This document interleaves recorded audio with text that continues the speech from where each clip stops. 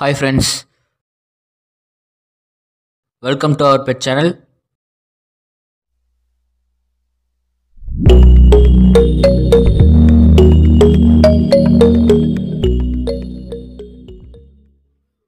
இன்னைக்கு என்ன டாபிக் பார்க்க போறோம்னா ஆப்பிரிக்கன் லவ் பேர்டுக்கு ப்ரீடிங் டைமில் என்ன ஃபுட்ஸ் எல்லாம் கொடுக்கணுன்றதை பற்றி தான் பார்க்க போகிறோம்.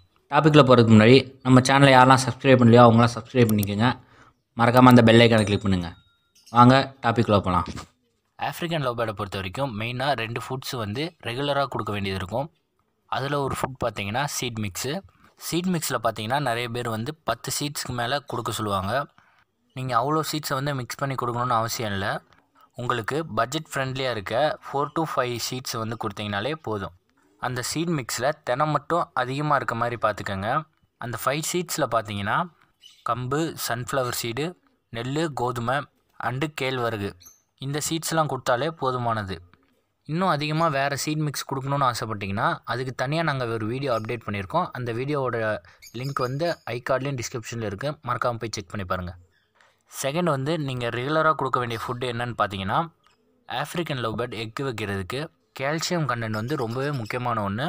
ஸோ நீங்கள் கால்சியம் ரிச்சாக இருக்க ஃபுட்ஸாக பார்த்து கொடுங்க. எனி டைம் கேஜில் cuttlefish bone or calcium block இருக்கிற மாதிரி பார்த்துக்கோங்க. இது இல்லாமல் எக் ஃபுட் பார்த்தீங்கன்னா வீக்லி ட்வைஸ் கொடுக்க பாருங்கள். இந்த 2 விஷயம் பார்த்தீங்கன்னா ஆஃப்ரிக்கன் லவ் பேர்ட்ஸோட ப்ரீடிங் டைமில் மெயினாக ஃபாலோ பண்ண வேண்டியது.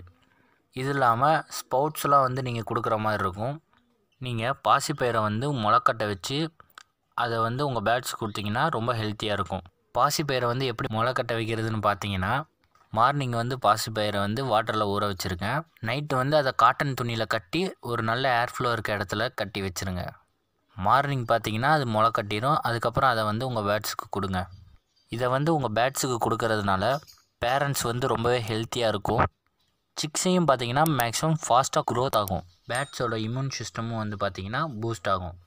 அண்டு பட்டாணி சுண்டலை கூட நைட்டு ஊற வச்சு மார்னிங் பேர்ட்ஸுக்கு கொடுக்கலாம். தென் கோதுமையை கூட நீங்கள் ஊற வச்சு கொடுக்கறதுனா கொடுக்கலாம். சில பேர்ட்ஸ் பார்த்தீங்கன்னா சீட் மிக்ஸு கூட கோதுமையை வச்சா சாப்பிடாது.